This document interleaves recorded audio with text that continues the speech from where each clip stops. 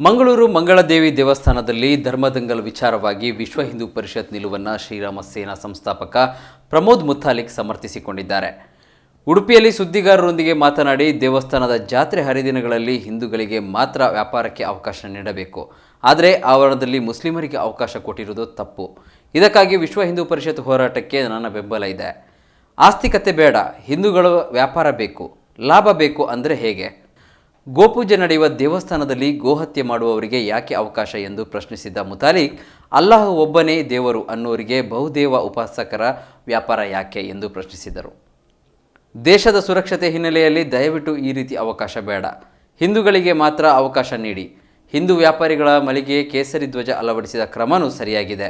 ಈಗೀಗ ಮಳಿಗೆಗಳಿಗೆ ಹಿಂದೂ ಹೆಸರು ಇಟ್ಟುಕೊಂಡು ಮುಸ್ಲಿಮರು ವ್ಯಾಪಾರ ಮಾಡ್ತಾರೆ. ಹಿಂದೂಗಳು ಹಣೆ ಮೇಲೆ ಕುಂಕುಮ ಭಸ್ಮ ಹಚ್ಚಿಕೊಂಡು ವ್ಯಾಪಾರ ಮಾಡಿ ಎಂದು ಕರೆ ನೀಡಿದರು. ಇನ್ನು ಸಲಿಂಗ ವಿವಾಹ ಸುಪ್ರೀಂ ಕೋರ್ಟ್ ಇಂದು ತೀರ್ಪು ವಿಚಾರವಾಗಿ ಪ್ರತಿಕ್ರಿಯಿಸಿದ ಮುತಾಲಿಕ್, ಅತ್ಯಂತ ಅಸಹ್ಯಕರ ಪ್ರಕ್ರಿಯೆ, ಕಾನೂನು ಮಾನ್ಯತೆ ನೀಡುವುದು ಸರಿಯಿಲ್ಲ, ಜೊತೆಗೆ ಕೇಂದ್ರ ಸರ್ಕಾರ ನಿಲುವು ಸರಿಯಿದೆ. ಸೃಷ್ಟಿಯ ವಿರುದ್ಧ ಕ್ರಿಯೆಗೆ ಕಾನೂನು ಮುದ್ರೆ ಸರಿಯಲ್ಲವೆಂದ ಅವರು, ಮದುವೆ ಪವಿತ್ರವಾದ ಬಂಧನ, ಅದಕ್ಕೆ ಕಳಂಕ ಬೇಡ, ಬೇಕಾದಷ್ಟು ಪ್ರೀತಿ ಮಾಡಿ, ಅಡ್ಡಿಯಿಲ್ಲ, ಆದರೆ ಸಲಿಂಗ ಮದುವೆ ಬೇಡ ಎಂದರು.